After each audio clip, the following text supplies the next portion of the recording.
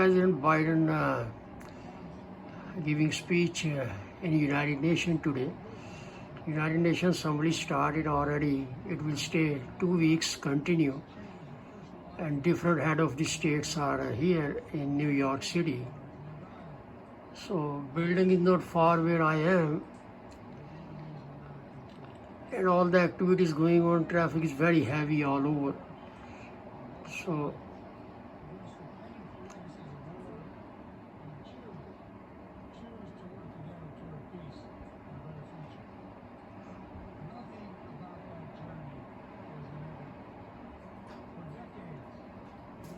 this is the Secretary of State is there, and all other dignitaries and John Kerry backside, the former Secretary of States.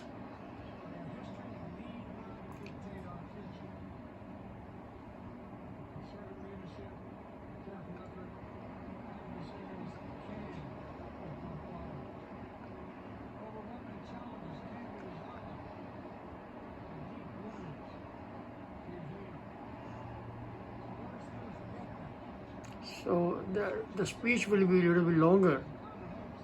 So I will keep a video short.